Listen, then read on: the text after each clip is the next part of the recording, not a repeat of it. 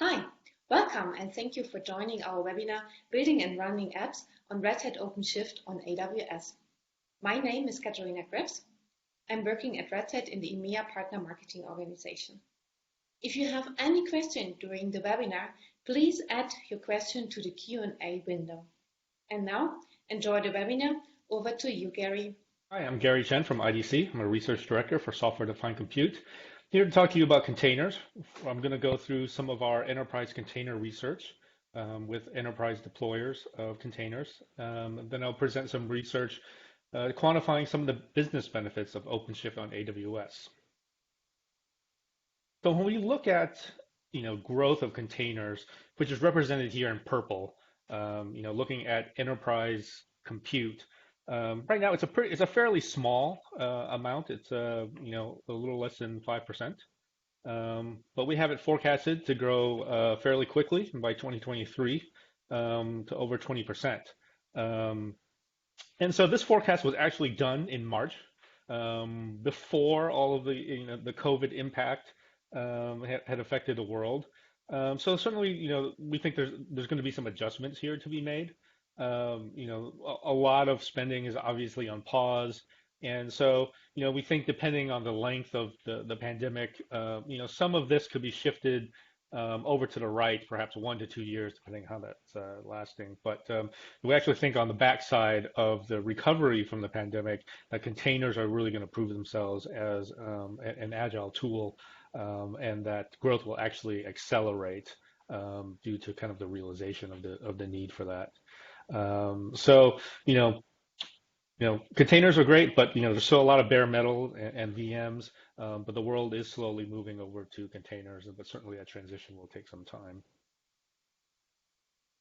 And so in our latest container study, we asked these enterprises, what are the top drivers? So, like, why did you deploy containers? And interestingly, security was the top one. And so we see that, obviously with new technologies, security is always a concern. But, there's a lot of security benefits in moving to containers. And a lot of this is around being able to update the software quickly, which is the strength of containers. Other areas where, you can really, with a container registry, you have an idea of all of the software and what version it is. And as well as, when people move to microservices, being able to segment applications into smaller parts and being able to then apply different security policies to those parts, rather than if it was a monolith, every part of that application would then be kind of treated the same. And so, some of the more emerging use cases that we've seen really rise in the last couple of years has really been kind of this big data, machine learning, and AI. So a lot of people are doing things with that in containers, and containers are very flexible, very scalable. So it's a really good infrastructure for that. And then the other drivers, kind of the bottom four here, is really around a lot of just kind of operational needs, right? So making things more efficient, preparing to migrate to cloud. Now with containers and the OCI format and Kubernetes being standard, as well as using containers then to modernize existing applications, as well obviously as developing new cloud native apps, and of course increasing developer productivity. Containers I think really hit a chord with developers by making their lives a lot easier in being able to ship software. So then, the follow-up question is, what were really your top challenges? And interestingly, obviously, security was the top one, and that's generally not a surprise with any new technology. We always see security as one of the top concerns. So, even though it has benefits, it is a new technology. People have to figure out how to secure it. What are the best practices and things like that. And then, data management is really the other one. So as we see the rise of a lot of this persistent storage and stateful workloads, such as the AI and machine learning, obviously there's a lot of data now being created and managed and accessed with containers. So then, how to manage and govern that data in the container world. And then, I think the other part of it is really kind of the multi-cloud or multi-data center. So people that are, using containers in multiple locations and being able to manage that, kind of cohesively. So those are really the top challenges with containers that we found. And security has really consistently been kind of the number one for a number of years and probably will be for the next several. And so when we look at like where containers are deployed, so the blue is public cloud and the orange and gray are on both on-prem, just different models. So one's a private cloud, the other's more of a traditional bare metal, a traditional server virtualization. But we've seen that both environments are really, really growing fast. So containers, I think, initially started off primarily in the public cloud, and now we're seeing on-prem growing. But both of these are growing very well, and so we really have a very hybrid type environment. Um, but containers and I think public cloud do have a natural affinity just due to the focus on cloud native apps and that sort of deployment model and mindset. And I think cloud really makes up a much larger percentage of the container share versus other types of computer or other various types of deployment. So cloud is certainly again a disproportionate factor when you look at it with containers. And so when we look at like what apps are being containerized, so obviously, a lot of people are doing this microservice, cloud native development. But on the other side, we really, especially in the enterprise, where they have a lot of existing stuff, um, you know, really I think for technology to really become mainstream in enterprise, it really has to deal with all the legacy. And so we do see a lot of containerization of existing applications and they make up more than half of the apps that are containerized. And so they still get benefits. You can get better utilization and density. It's easier to ship the software, get updates, get more modern workflows. And so, it's a pretty even mix. And, in these existing applications, almost half of them are going to be refactored, but over like a longer period of time. So they will slowly be refactored into microservices. A lot of enterprises, I think, have fairly lofty goals for that. I think it's often more difficult than people think, but there's certainly a lot of that's happening. To what extent, I think, it still remains to be seen. But so containers are not something that's just limited to cloud native apps and microservices.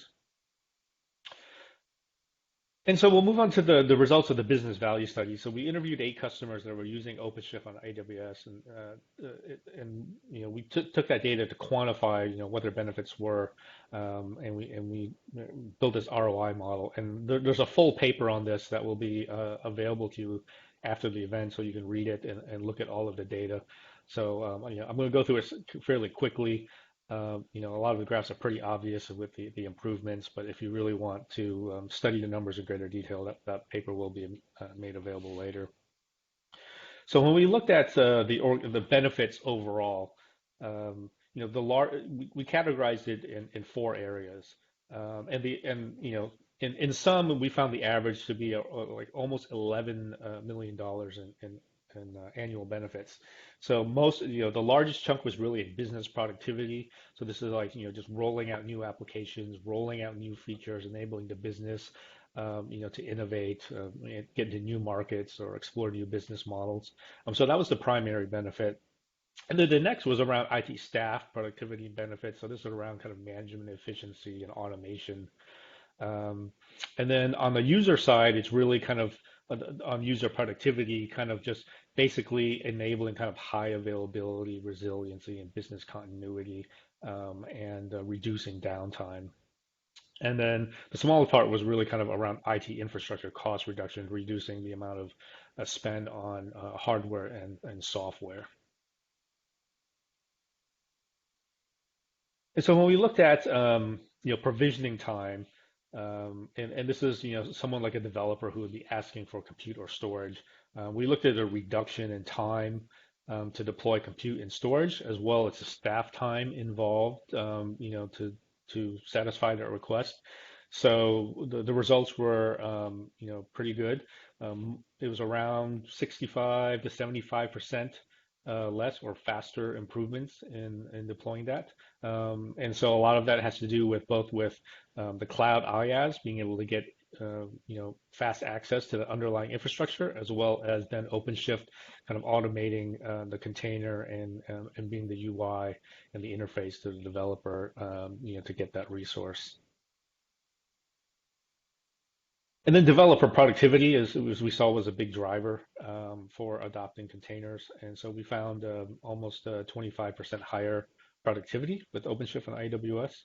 And so this is something that, is really a big theme, I think, with DevOps and a lot of this new modern app development is to let the developer focus as much as possible on code, and anything that takes away from that is really a distraction, and we try and minimize that as much as possible.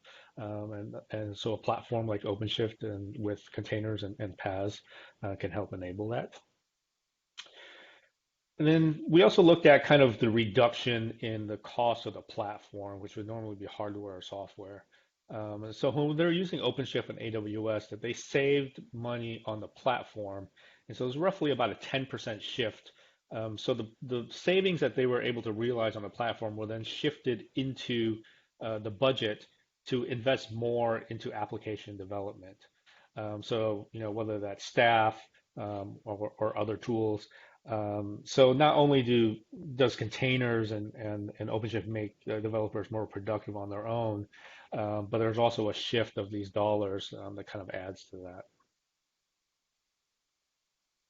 And when we look at the infrastructure cost reduction, which is about more than a 50% reduction, and this is kind of across the cost of the actual platform itself, the IT staff efficiency benefits, as well as the cost of unplanned downtime, which would result in user productivity losses. We find that to decline on an average of almost $450,000 per organization. So to sum it up, these are some of the highlights. So we found that a 661% 5-year ROI and 5 months to payback. Found people that were obviously pushing a lot more changes out. So twice the number of applications per year. And one of the interesting figures as well is a more revenue per year per organization. So we estimated that to be almost 33 million per organization, just because they were able to move faster, support the business, add a new feature, which really supported business innovation. And so, it's, on the technology side and the business side, benefits in both areas. And so those are the highlights. And again, you can read the paper to get a deeper dive into that model and some of these benefits. And right now, we're going to move on to our panel discussion. So we have some great guests. We have Mayur Shetty, a Senior Solutions Architect at Red Hat, and then Ryan Neek, Senior Solutions Architect at AWS. So we have both the Red Hat and AWS here to talk about the solution, talk about the partnership. We'll be going over some interesting things about containers and enterprises, and obviously kind of the new world situation with COVID. So yeah, welcome, guys. Thanks, Jay. Yeah. Okay, so the first thing, let's obviously talk about kind of the sort of this new world order here with the pandemic. Obviously, changed the entire world. Changed. Pretty much every business is dealing with this now in some way or another. Some in a very deep crisis and others less so. But as this extends, this could go on for a year, possibly even up to 2 years. So the situation is going to be with us for a while. And as IDC, we've been doing a lot of our COVID research, looking at the impacts on the market. And so obviously, I think for a lot of states and countries, we sort of hit a bottom. In a lot of areas, we're seeing a recovery, but there possibly could be more of a W-shaped recovery where there's second and third surges. So it might not be over for a while. But looking at that, obviously that's changed everyone's IT strategy. So I think one of the things that we've seen is obviously in crisis, everyone's focused on saving capital, right? So kind of making do with the existing things they have, starting to reevaluate projects. So we found that 75% of projects that people are looking at are starting to be reevaluated into how much of an ROI it is, what the investment required is, and they'll going to make adjustments on the timeline there. Um, and So as we look at people adapting kind of to these new digital strategies as kind of social distancing, and we see like remote work obviously now kind of like the norm. And our figures show that like before the pandemic it was like maybe like 6-7% that of people working from home, and now it's like more than 50%. So just a massive change in such a short while. And all of these changes, I think, obviously fit in really well with the strength of cloud and containers. Um, what have you guys seen in terms of, immediate kind of reactions and impacts on some of your customers? And Mayur, maybe we'll start with you on the Red Hat side with OpenShift. So containers have been, obviously, kind of an exciting new technology for a while, very agile. What have you seen, but still fairly new to a lot of customers? I mean, what have you seen kind of, in these past maybe 3 Yeah, months, in terms of what people have been doing with containers? right, Gary. Yeah, like you said, the the COVID pandemic really took everyone, the whole world by storm, right? Nobody was prepared for it. Nobody knew something like this would hit us. So when it first hit us, I mean, I still remember we just had to make do with the existing applications. I mean, overnight, majority of the workforce started working from home, and we started to make doing with video conferencing, and not just basically for us in the IT and in the tech field, but it was across the board.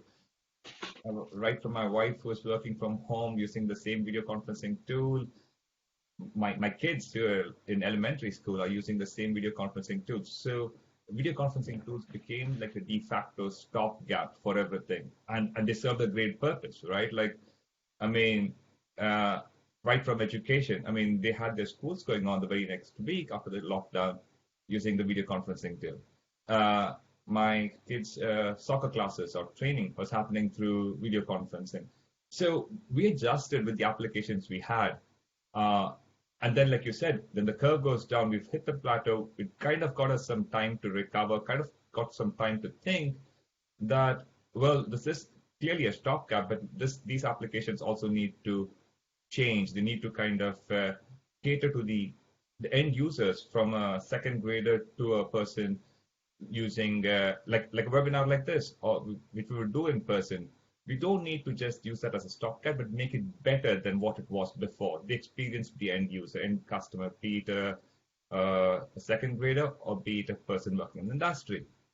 So, but at the same time, there are new applications happening catering to these segments, meaning it could be healthcare where the doctors are remotely observing patients, or in non-critical conditions, they would kind of use an app to kind of uh, give their predictions, or an education system where the classrooms are remote now.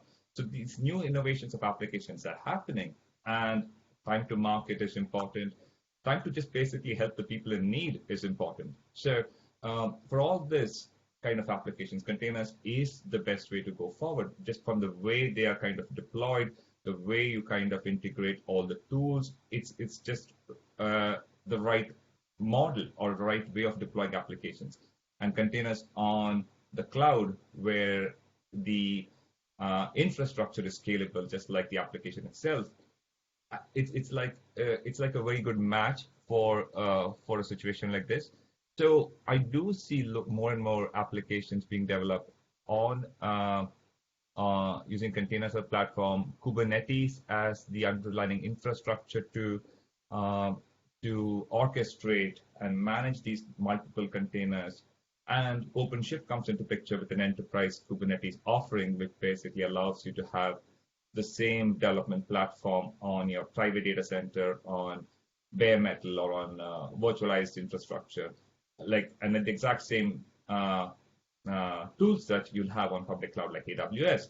So it makes it a very innovative platform for the end users to develop their applications faster.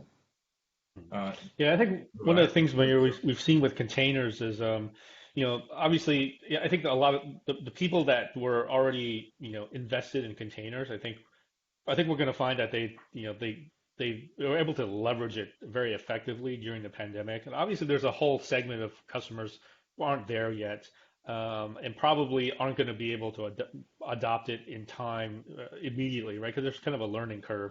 But I think we're looking at coming out of the recovery after people kind of look at what their weaknesses were, that the recovery is really where we're going to see that adoption increase. And Right. we've seen from our research that 60% of new projects are going to be because of weaknesses that were identified during the pandemic.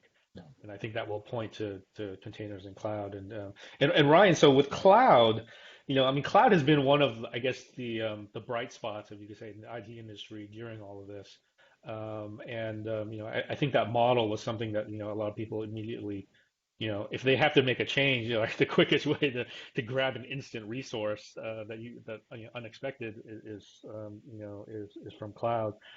So what have you guys seen at AWS? Obviously, one of the leading clouds.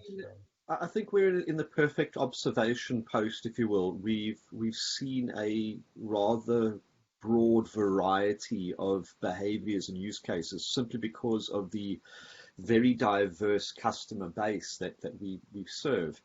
And it was interesting. And just to reiterate some of the points that came out from yourself as well as Mayur, initially there was this work from home knee jerk. And one of the things that struck me was you suddenly had a workforce that was, in most cases, not prepared for that work from home capability. Staff didn't have devices to work from home. Staff didn't have they had the technologies, but didn't have them in place. So I saw customers where operational staff that would typically maintain the IT infrastructure, make sure that servers were being provisioned, make sure that resources were being allocated to developers, now suddenly needing to focus on how do I get laptops provisioned and in the hands of people that suddenly need to work from home. I need to cater for VPN connectivity for a workforce that largely wasn't either used to that. I needed to generate a significant amount of bandwidth that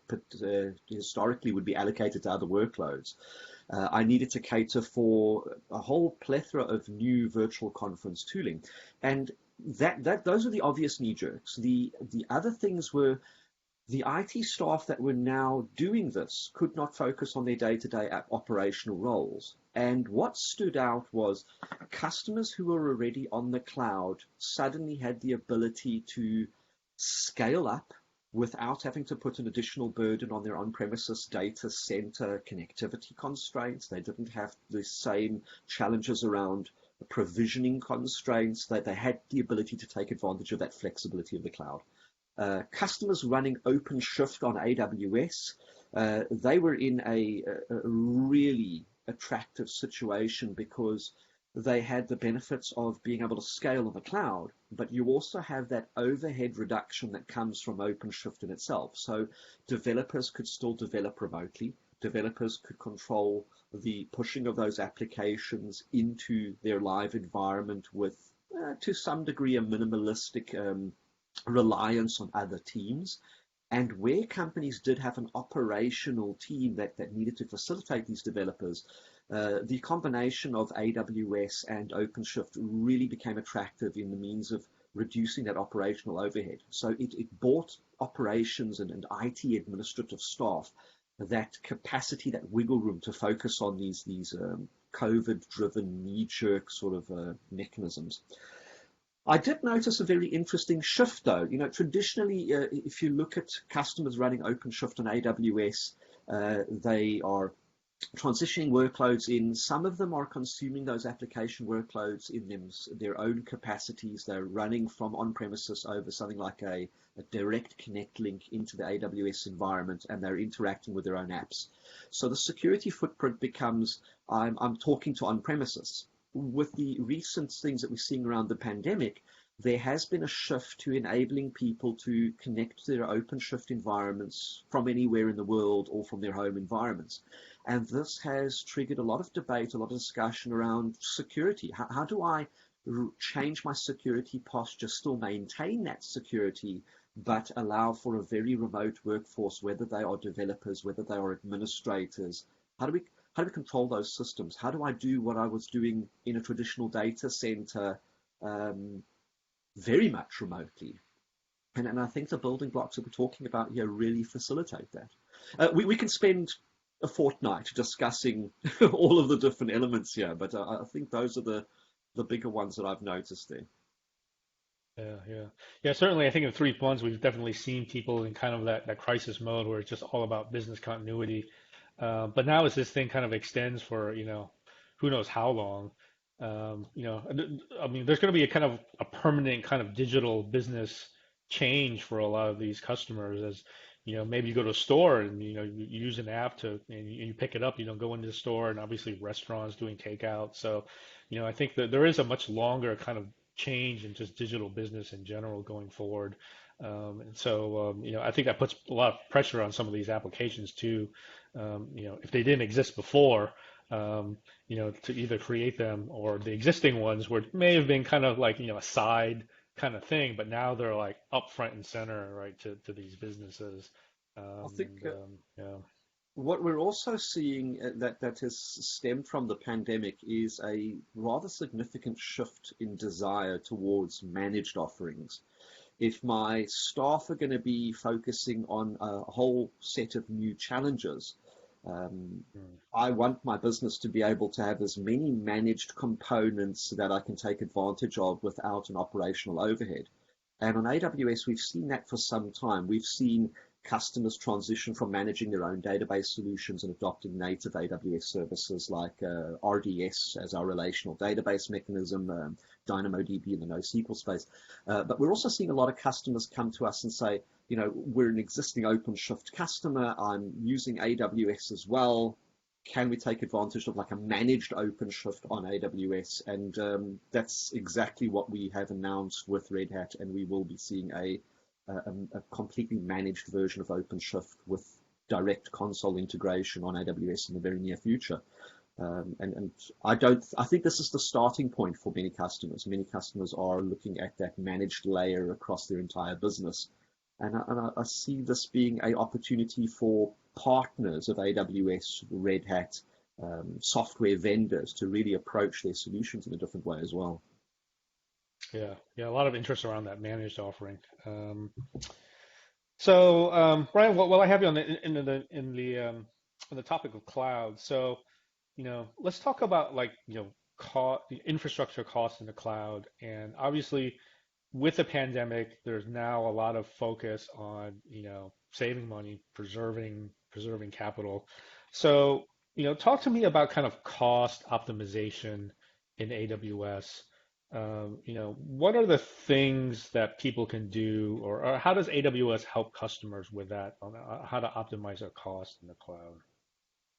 Cost it's a very complex subject here, because if you're comparing a tool set to a tool set, you often lose sight of the value of that tool set. So this is a very big picture, holistic discussion. But let's attack it from a couple of different angles. Firstly, if you're looking at transitioning from an on-premises context into somewhere like AWS, you immediately gain a cost benefit from paying for what you use. You're able to very dynamically scale up, spin up workloads, utilize them, and in some cases, workload dependent, turn them off, scale them back down. And in a pandemic context, this was a very significant driver. We saw a lot of customers where their businesses were not able to function during the pandemic, and they needed to turn off. If I look at some of my customers, entire divisions of that company needed to vanish during this pandemic context. And AWS became a very attractive platform for that, being able to take large portions of your EC2 fleet, large portions of your application stack, and literally turn those off. So we had customers coming to us and saying, well, my business is already taking advantage of AWS. We were scaling on AWS, so it's literally a case of scale down. Other customers were opening up discussions with us saying they're more traditional on-premises footprint. How can they as rapidly as possible transition into AWS to take advantage of that scale down function? I literally had customers saying to me, how do I turn my business off? And then when this is all over, when we get to recovery state, how do I turn that back on? Which is a bit weird. Historically, I'd have the other conversation. How do I scale up for like a Black Friday sale? Now it's a case of, how do I turn my business off? But the capability certainly is there. And while you are paying only for what you use, that does yield a cost reduction in terms of infrastructure costs. Not just around the infrastructure itself, but the ability to have simplistic services at your fingertips through an API call, whether that is a native AWS service, whether you're running OpenShift on AWS and you now have an underlying platform facilitating your OpenShift cluster, or whether you are using something like a service broker or a service operator to provision a native AWS service to complement your workloads in OpenShift. All of those elements do provide a reduction of procurement, a reduction of cost on the underlying infrastructure, also an efficiency for developers and operators. And now we're getting into that total cost of things. If my operators, my developers are more efficient, we see more being done with very simply less. And in a remote context, you're taking all of the travel time out. You're getting people able to work from home in potentially a more efficient capacity. One of the questions you asked, Gary, was things customers can do to streamline the costs. And I want to step away from simply adopting things like OpenShift and AWS. And I think a big portion of saving on costs or scrutinizing costs is visibility. And certainly AWS has a very rich tool set around tracking your costs as they manifest within your AWS account. Things like the AWS Cost Explorer, things like the AWS Trusted Advisor. And these are fantastic utilities and tools to give customers insight into what are they doing from a cost standpoint? What is a project costing? Where are they potentially able to slice more off of that cost? And how can they do things more efficiently? Red Hat OpenShift also has introduced a very compelling metering operator, which allows customers to enable their metering operator in OpenShift. And this tracks every resource that is part of the OpenShift environment, as well as the resources that underpin their applications running in OpenShift. And it gives a customer a much clearer sense of what their cost footprint is on AWS, even though it's running through OpenShift. And for large-scale enterprises where there is a concept of billing other business units or a chargeback mechanism, this is really a step in the right direction. And the aggregate of these tools give customers a real sense of, where am I spending my money? Where can I tune things? Which projects do I want to sort of reassess? Mayur, I don't know if you want to add to this. We can look at the total value of OpenShift. Right. In terms of productivity, I think is a very compelling cost discussion on AWS. Right. Just to add to what Ryan said, Gary, doing more with less has always been a mantra in the enterprise, and that statement cannot be more true right now. But doing more with less does not mean you compromise on your end business value. You have your applications. If you take our average application, let's take our a retail application, right?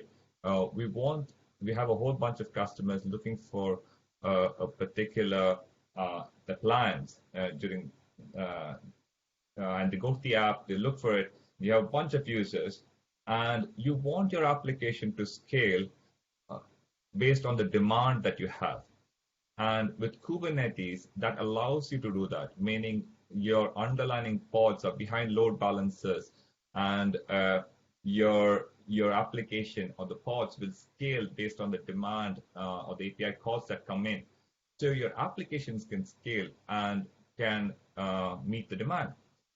And with Kubernetes and OpenShift, on AWS, your underlying infrastructure that you're running on can also scale up with things like machine sets in OpenShift on AWS. What can happen is, as your virtual machine utilization increases and you want to scale up, you can scale up. But then in the evening or on the when the retail has gone down or the number of transactions have gone down, your pods can shrink almost to the level of 0 with Knative. And also the underlying infrastructure that your Kubernetes cluster was running on AWS has also shrunk down. It's also kind of like it's right-sized itself. So from a utilization point of view, getting a maximum utilization and for the amount of resources that you're putting in to that, and from a business value that you're getting out of it.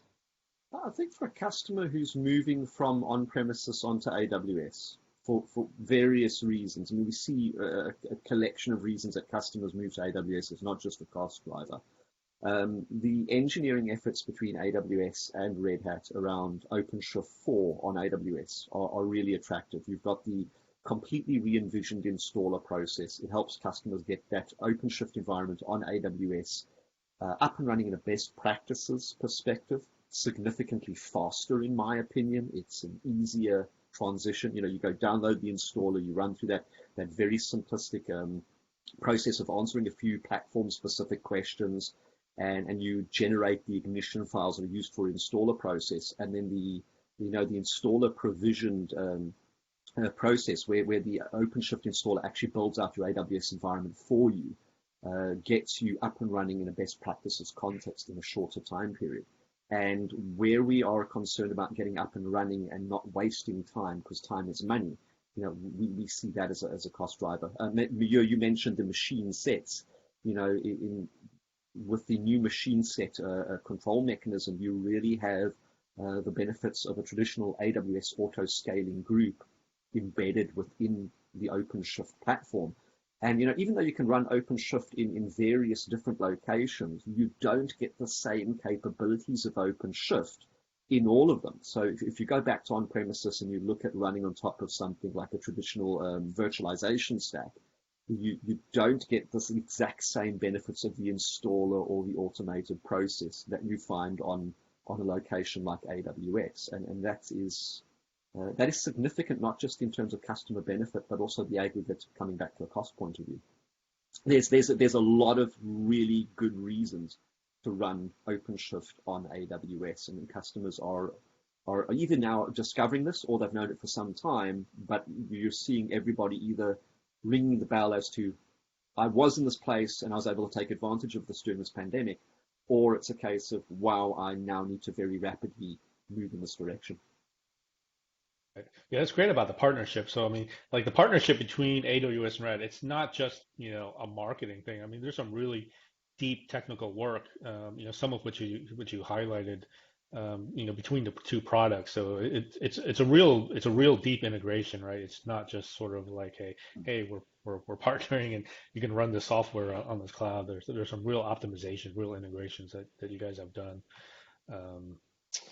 So yeah, that's going to make it easier for a lot of customers. And so the next area I kind of want to talk about, some of the benefits that we looked at in the our business value. But when we look at it kind of like the overall vision, kind of like when we look in the next generation, right? It's cloud native, it's microservices, it's kind of this API driven world. And so, we saw the benefits kind of spread out in a lot of different areas. What are some of the things when you look at OpenShift, specifically on AWS, that kind of drives that new vision? Where do you guys see that going? Sure, Gary. Yeah, Mayur, go ahead. With regards to our joint customers, what we've seen is we have customers who develop on-prem and then deploy on AWS, and we have customers doing both the development as well as their deployment completely on AWS. And AWS and Red Hat has been working together to provide or give these customers the tool sets they need to innovate faster, to get their applications out. That's the end value from a customer point of view, to get their applications to the end customers as fast as possible. So Ryan touched on this, which is the IPI, or the installer provision infrastructure. Many times we get this question from customers is, when I deploy, this could be on-prem or on the cloud, is it a highly available cluster that I'm deploying, a Kubernetes cluster? Have I taken care of anything? Are the best practices followed? It is a question that comes time and time and time again, because they're very concerned, because that's the platform their applications are running on. Now, with IPI on AWS, with OpenShift, what you get is a complete end-to-end deployment, which takes care of the underlying infrastructures, the networking, the DNS, everything. And you know it's a highly available infrastructure, so you can rely on and not worry about, have I covered high availability? Have I covered, do I have the right pipeline for the network, or is my network configured correctly? So all that is taken care of. The customer then focuses on the application.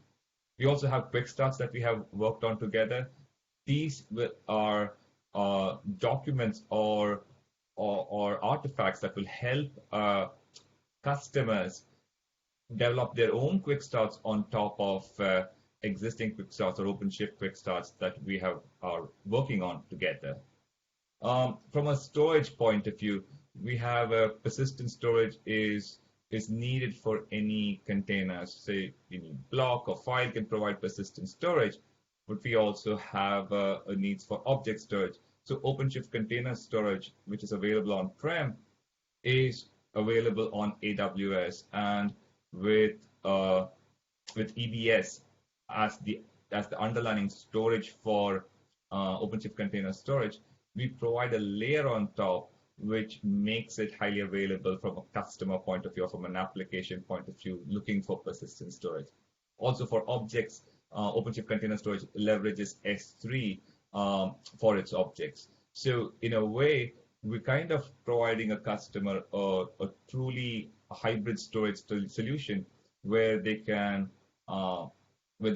move their data very easily from on-prem to the public cloud, and continue the innovation on AWS. Ryan, you want to add anything to that? Yeah, I think if you approach this from different hats, you have a slightly different discussion. If you look at the operational teams, the typical administrators that we see, the big challenges are around, how do I take, if you look at a customer who's moving to AWS, and they need to do this in a very rapid means, because of the current ecosystems that they're in, you see a need to, how do I get things up and running quickly? How do I do them in a best practice context? How do I adopt as much of AWS that's going to give me value in the shortest period of time without an excessive learning curve? And I think the aggregate of OpenShift and AWS again comes into the picture here. You mentioned the storage systems.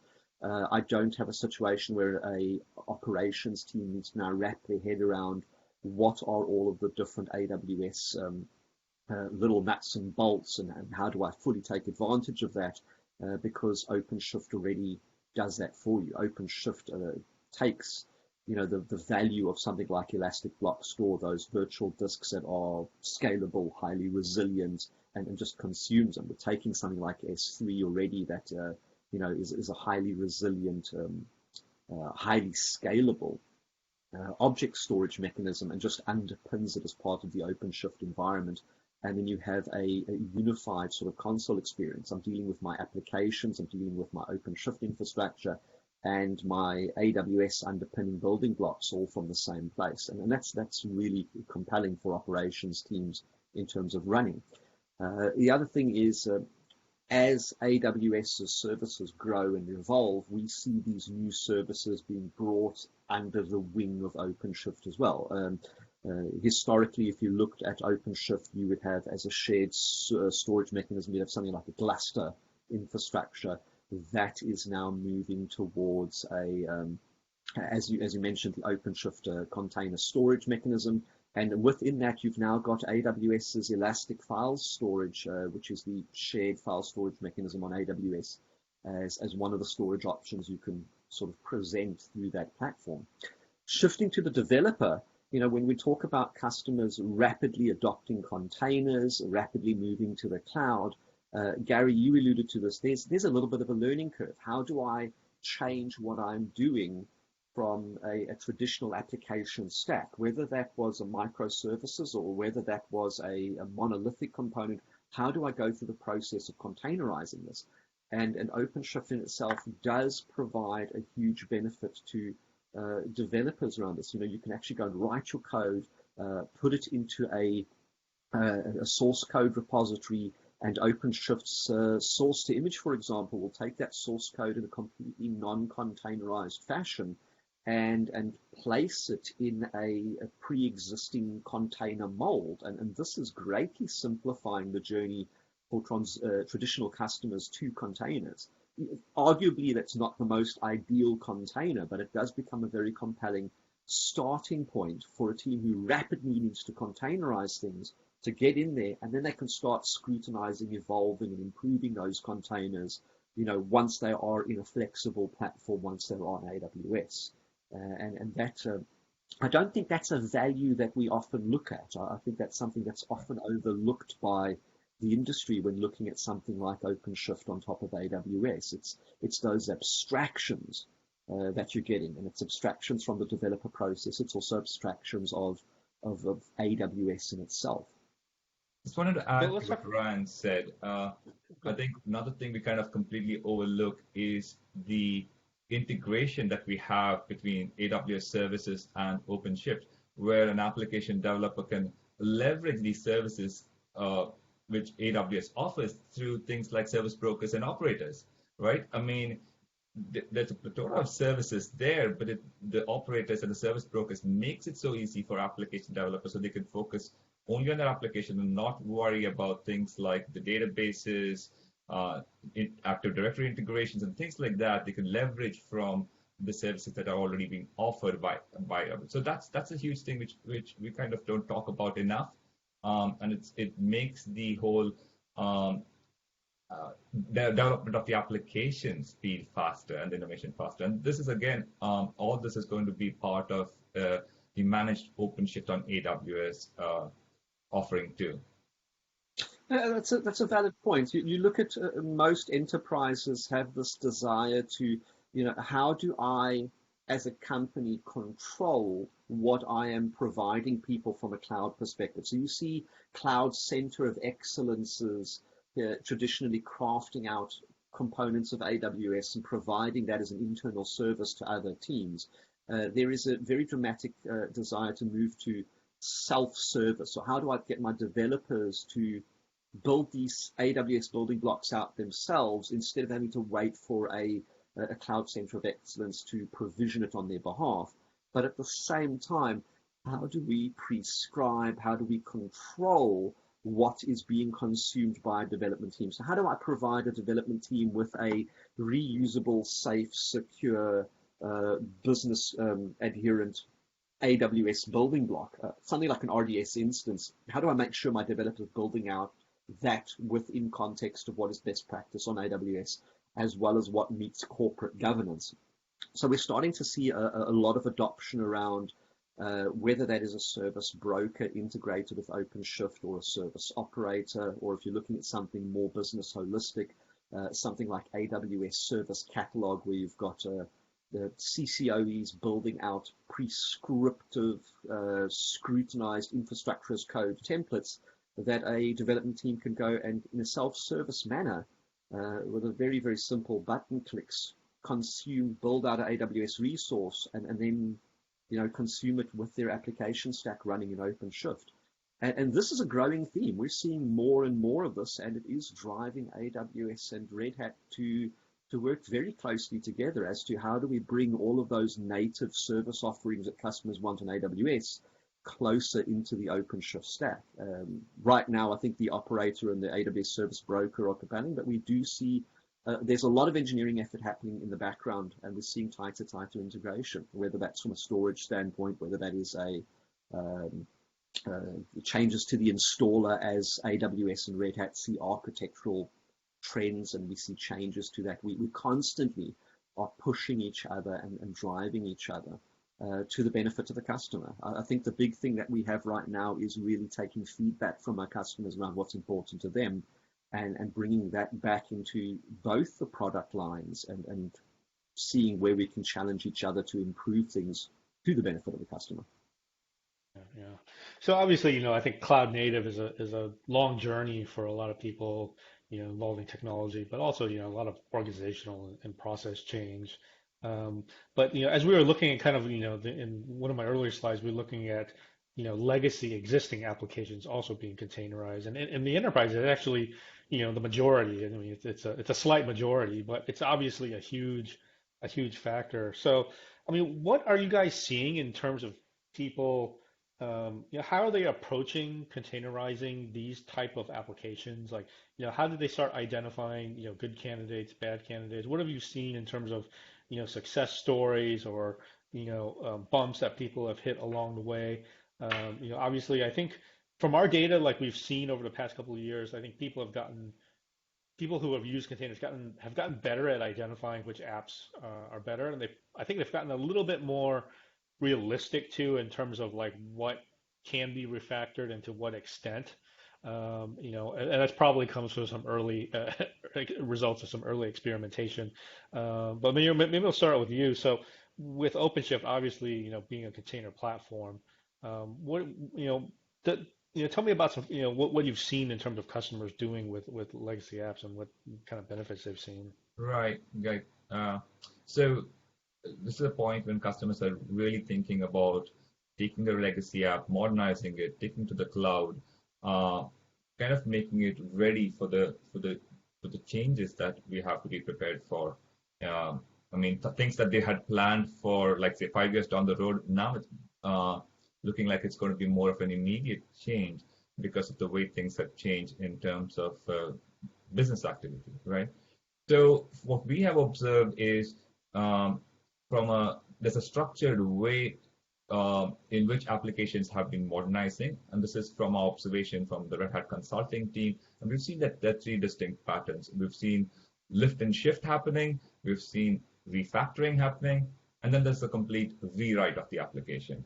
Like, if you have a well-architected application where things are modular and things can be completely containerized, then you start containerizing them. That's your lift and shift. You leave your backend storage and your configs and your message queues alone, but you start, containerizing the modular elements of the application.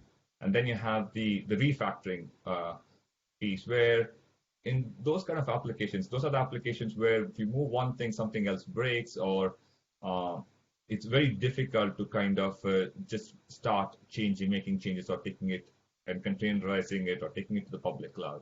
In those kind of cases, what we've seen is the business still needs it to be modern. It wants mobile integration, they want partner integration, and those kind of things are expected from that application, this legacy application. So what we've seen is in this type of an application, there are two streams that get created, one for the functional and one for the data. And we try to basically, the functional piece is what we try to containerize and access the same data. And with the complete rewrite, it's been those applications which are going towards EOL or end of life. And there we have to make sure that we keep feature parity, because we don't lose out any of the features when we EOL an application or complete rewrite of it. So that's the important aspect. So what we've seen is between the things, people have a notion that complete rewrite would be faster and would be like the most efficient one. What we've seen is the refactoring one is actually the much more efficient. That way you keep your business continuity and still serve the modern mobile integration kind of necessities that modern businesses require, or partner integration, those kind of things. So refactoring is the way to go. And again, it all depends on the application and how it is, but lift and shift and refactoring have been the most cost efficient and fastest way to modernize applications, is what we observed. Yeah. And Ryan, what are you guys seeing in the cloud with legacy apps? Obviously with, AWS being, a large kind of cutting edge public cloud? I mean, obviously there's, kind of probably a lot of people who start, looking at it for cloud native and stuff like that. But, I assume you probably have a lot of, kind of existing legacy enterprise workloads showing up on the cloud as well. Yeah, and I think for most customers, it's a question of, do I go through that lift and shift process? Do I refactor? Do I re-platform? And which of those apply to which workloads? I'm not convinced it's as simple as saying there is a absolutely standardized process here. I think this is very personal. I think this becomes very much focused on what are the drivers, what is important to that customer, what they're trying to achieve, because that will drive which approach works really well for them. And I think there's a lot of scrutiny in the current situation within a customer and whether they're able to really efficiently action any of these. And just to unpack what I mean by this, typically we would see a customer moving OpenShift on premises to AWS. Historically, what we would see is a customer do a lift and shift process. So deploy an OpenShift cluster on AWS. They would take some of those workloads and move them from on-premises onto AWS, and they would take advantage of a very familiar platform. They know OpenShift because they're using it on premises already. So instead of refactoring all of those to completely native AWS, deploy OpenShift on AWS, you get the same process, same interfaces, same console experience, same developer experience, and you get to a degree an agility through familiarity of that process. So your internal processes don't change. You're now just wrapping your head around certain AWS aspects. You're picking up your application containers as they were on premises. You're running them on AWS. And you suddenly get the benefits of, I can quickly get into AWS. I can start taking advantage of the economy of scale. I can start taking advantage of the flexibility of my cloud infrastructure, and aggregating that with the benefit that OpenShift is giving your developers and your application stack. Typically, what we would then see is customers go through a learning or a ramp-up curve where they start to gradually adopt more and more AWS. They start reevaluating, re-architecting their applications once on AWS. Now, this model works really, really well if your end goal is to get into the cloud and you want to get onto AWS. It works really well if you have applications that are working very well in your containerized form on premises. So if you don't have significant challenges around the container or the application architecture in its current state, because remember, all you're doing is doing a simple lift and shift. It works really well if you don't have resources available to really scrutinize those applications and refactor them.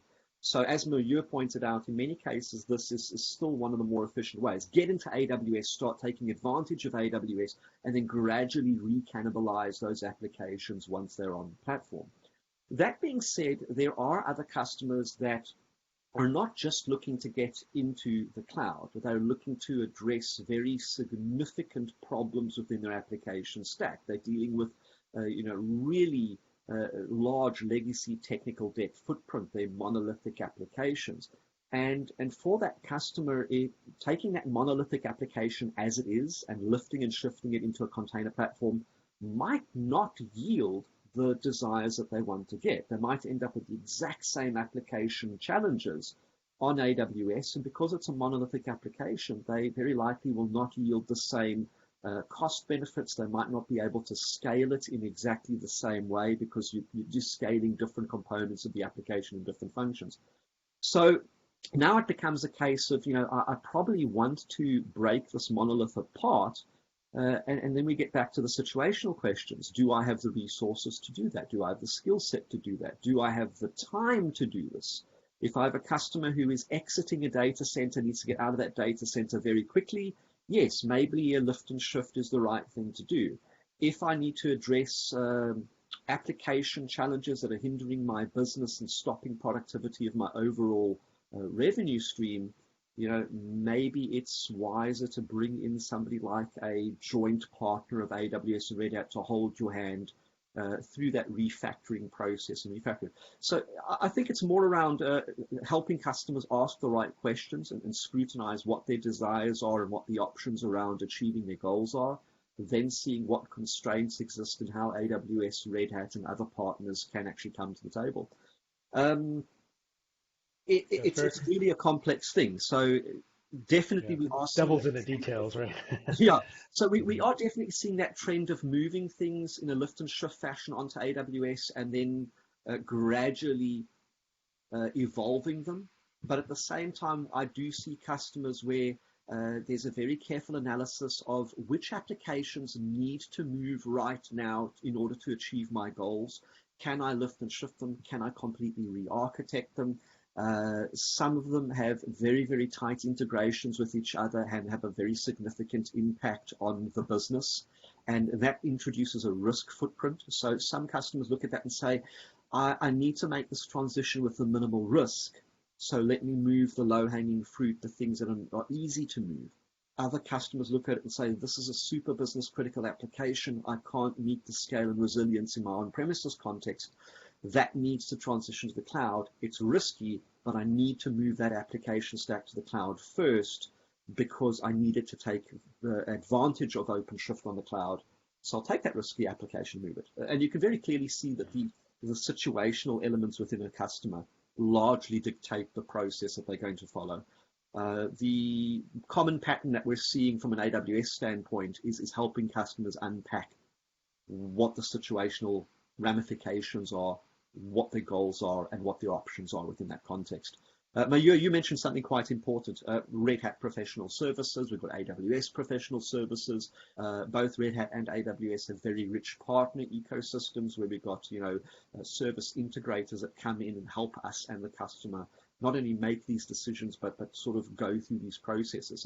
You look at somebody like Cognizant, for example, embedding with a customer and helping them go through not just the assessment of those workloads, the refactoring of those applications, the migrations. Our joint partners are a very, very big part of the picture here in helping customers through these journeys. Yeah. It's a very, like you said, it's a very complex kind of sort of decision tree to analyze all these individual apps and their individual needs. But yeah, I mean, I guess from IDC, from our customer conversations, I think the main things I guess that we would see to really kind of kick off this conversation is one kind of, let's say, kind of rate of change of applications. So if they have something that they identify as having a high rate of change or a part of an application, they somehow need to figure out to break off. That's changing rapidly. And the other I think we've seen is kind of just general RAS things. So RAS like reliability, availability, scalability. So though I think those two things are like the biggest, I guess, typical things that they want to achieve with the applications. And then, like you said, the devil's in the details, looking at, is it possible, all the technical implications and technical debt and limitations and things like that. So this is we could talk all day about individual cases that we've seen and apps and things like that. I think there are two highlights though. If you look at OpenShift on AWS, for me the two highlights are OpenShift provides customers three very high level things, and these might not necessarily be the most important, but they stand out for me. And that is, firstly, you've got OpenShift providing you a very compelling portability platform. You're able to run your workloads on premises as well as on various other locations. So it facilitates shifting things around depending where the customer wants to go in a very familiar way if they're already using OpenShift. The second element is you've got a lot of abstractions at play that provide agility to whether it's to operators or developers, and you bring that to the table. Containers become a very big part of this because the containers not just provide you a portability mechanism, a means of lifting and shifting those applications. Once you've broken down those monolithic workloads into microservices and containers, it translates to a very different release cycle, a very different evolution. You can reiterate on changing that application over and over and over and over again in a very quick release cycle, a very quick cadence of change. I think back to some of the customers we've worked with over the years. We've seen customers go from releasing a software change once a year, once every 3 months, and those same customers now using OpenShift on AWS, they're pushing out software changes I think weekly or daily, and we're seeing a significant trend towards daily releases of software. Not the same application, but certainly within their application repertoire. Coming back to native services, when you're looking at reliability and availability, it's not just the reliability and availability of your OpenShift cluster on AWS.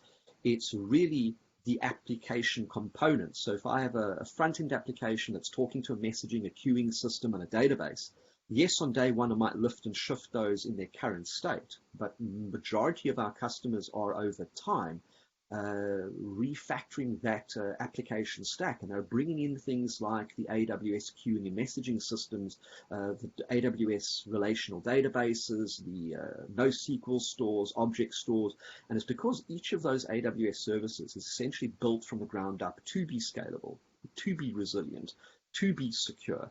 And that means that the customer doesn't need to invest effort in doing that themselves. They can take it becomes a case of how do I provision that, or how do I give my developers access to that tool in a controlled manner, but I don't need to have my engineering effort wasted on reinventing the wheel to build a reliable, secure application. And I think that's a significant aggregate draw card that's coming through. Okay. So we're going to enter the lightning round now. So we have a few minutes, but I want to get to these last two things. So first one is security. So we looked at obviously security benefits and challenges, and in our studies, number one in both.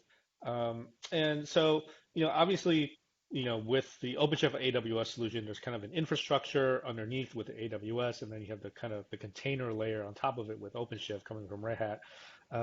And both companies are not necessarily security companies in the sense that you guys don't necessarily have like tons and tons of security products. But security is a huge thing, right? A huge investment. I know both of you guys make a lot of investment into. And it's more kind of, a lot of it is more kind of baked into the platform, kind of behind the scenes that maybe a lot of customers don't necessarily see, and maybe don't even necessarily appreciate enough. But can we talk a little bit about kind of this kind of security challenges? What are some of the things that you guys do? So let's start from the bottom of the stack, right? Let's start with the kind of on the infrastructure and the cloud side, and then we'll move to Meyer on the OpenShift side. Tell me a little bit what you've seen with customers' concerns and what you guys have been doing. And let's keep it pretty quick. So like let's hit the highlights real quick, and then we'll get to the last question. And right, fair enough. Wrap this so up I mean, fairly soon. Everybody knows AWS, the primary concern is security, and we touch customers across all industries here. So our product teams go to the nth degree to ensure that what we are creating for customers to use is inherently secure. That said, we create a very broad set of knobs and dials that a customer can interact with when they are provisioning things on AWS.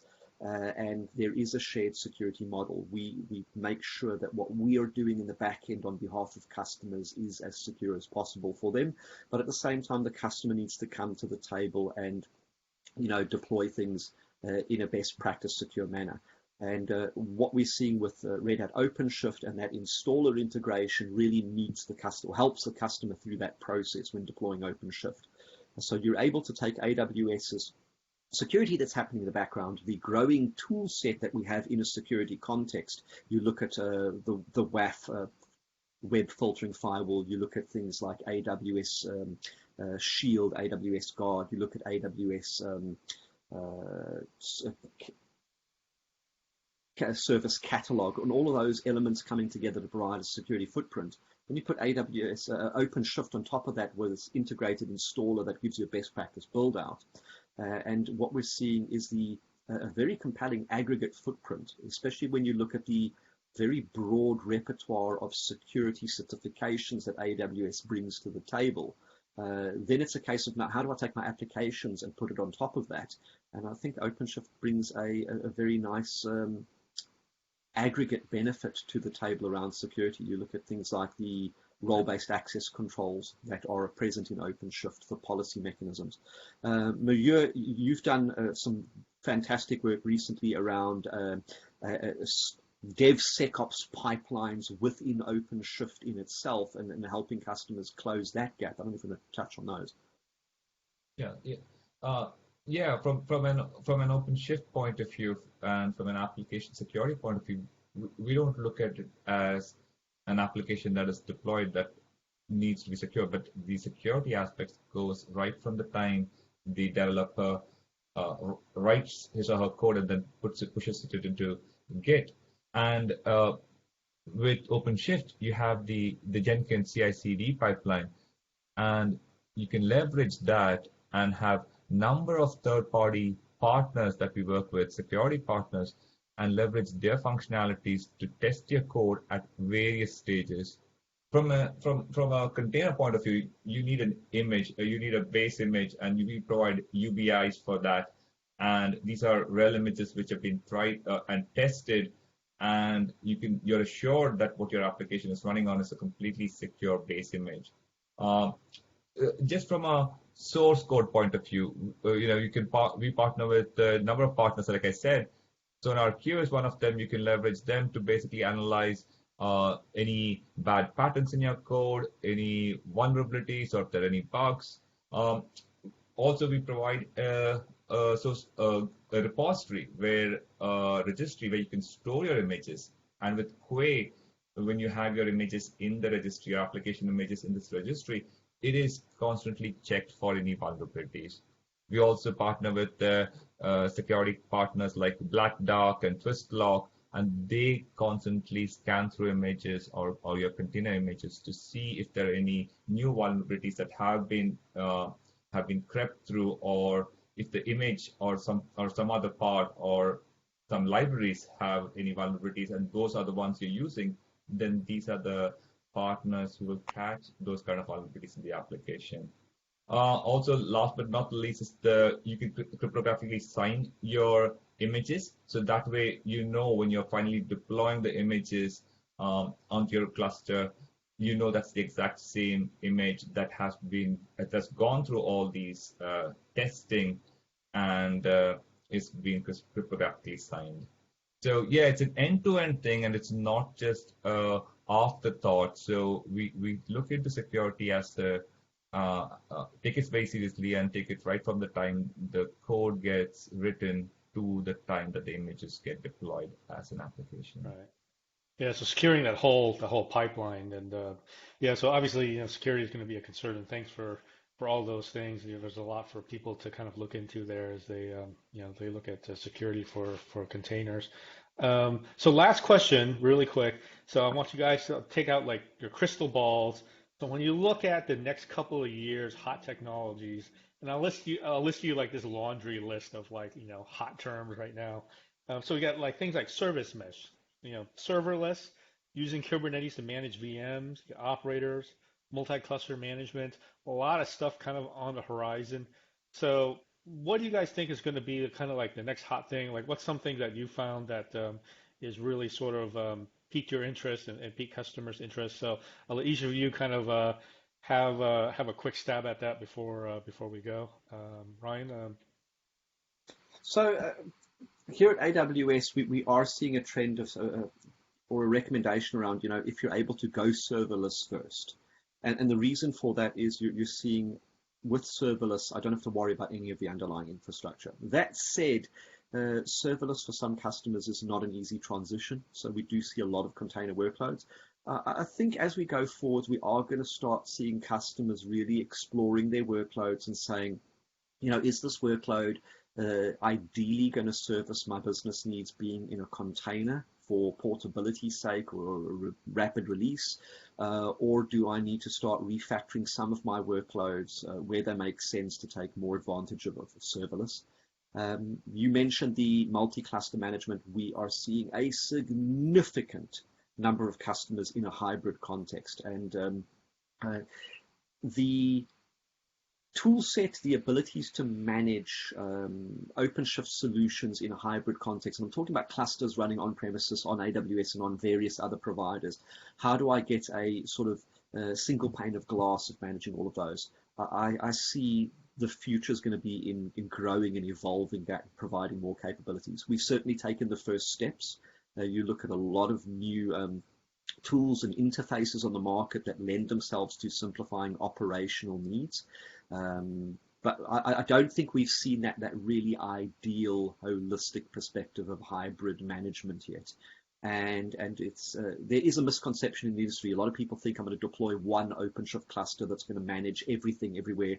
That's not the case. It's really more a case of multiple OpenShift clusters running all over the show. How do I holistically control those? And then the other item that you mentioned was, I'm just trying to go back to your list now. I think the approach that customers take around building their applications, changing their business processes, the overall modernization theme, many customers have started this. I'm not seeing that modernization theme as being complete in any way. I think we're going to see an evolution of that modernization context. I think we're going to see a very significant change based on the pandemic around how customers scrutinize being able to do things in a remote fashion. And I think that's going to drive a lot of the future decisions. I think those are the big trends that I personally foresee for customers going into the future.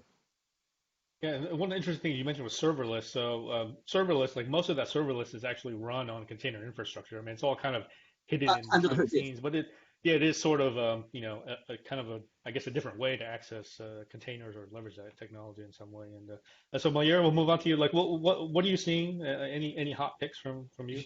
Yeah, like you mentioned, Knatives and serverless is something I can see happening. Things like a professor puts a new class or a lecture video into as a blob into S3, and that triggers a Knative function that basically informs the students that hey, there is a new class that's come. You might want to check it. Service mesh is another thing that you mentioned, where you want to have with the new iterations of the applications being released, you want to make sure that you want to route your traffic. You want to route 10% of your traffic still to the old application and 90% to the new one. So that way you're testing your application using service mesh features and the connectivity. The most important thing which kind of stands out for me personally is the advanced cluster management, which Ryan touched on too, where the number of Kubernetes and OpenShift clusters are increasing across platforms. It's becoming hybrid. Even within AWS, we have customers having number of different OpenShift clusters. And with advanced cluster management, you get a single pane of glass to manage all these. So what a customer can do with this is they can make sure, they can ensure that the compliance policies are met. And these could be their own custom policies, or it could be like industry standard policies like PCI or HIPAA. They can monitor usage across all these various OpenShift clusters that they have. It also helps basically to set placement rules on where and which cluster you want your application to be deployed. So I think this is going to be huge, and it's going to be a thing where it'll add great value to customers in terms of managing their multiple clusters or OpenShift clusters. KubeVirt is another thing I want to call out. This is where you can take your legacy or applications which are currently running on VMs and get them into the OpenShift world or the Kubernetes world. And this is a great feature in terms of modernization. When you think about eventual containerization, you can get these applications or virtual machines inside. So you're saving costs on one end, but now your VM and their application is leveraging all the benefits of Kubernetes and OpenShift. I mean, this could be like the sharing storage, the sharing monitoring tools, the sharing alerts, and just the routing and networking infrastructure. So it lowers your total cost of ownership. So yeah, I would like to just call out this KubeVirt and the advanced cloud management as something I feel definitely would add great value in terms of modernization and in managing multiple OpenShift clusters across platforms and on public cloud. Great. Yeah, thanks guys for that. So it sounds like, I mean, definitely a lot of innovation happening from both sides, and the innovation seems to never stop happening. There's going to be a lot of evolution of these platforms, for the foreseeable future. Hasn't slowed down at all. And and with that, we're going to end this. I'd like to thank my guests, Mayur and Ryan. Thank you again for a great discussion. Good seeing you guys. Hope you guys are well. Hope everyone enjoyed the discussions and their insights. And thanks. Bye, everyone. No, thank you. Cheers. Thanks, Gary. Thanks for having us.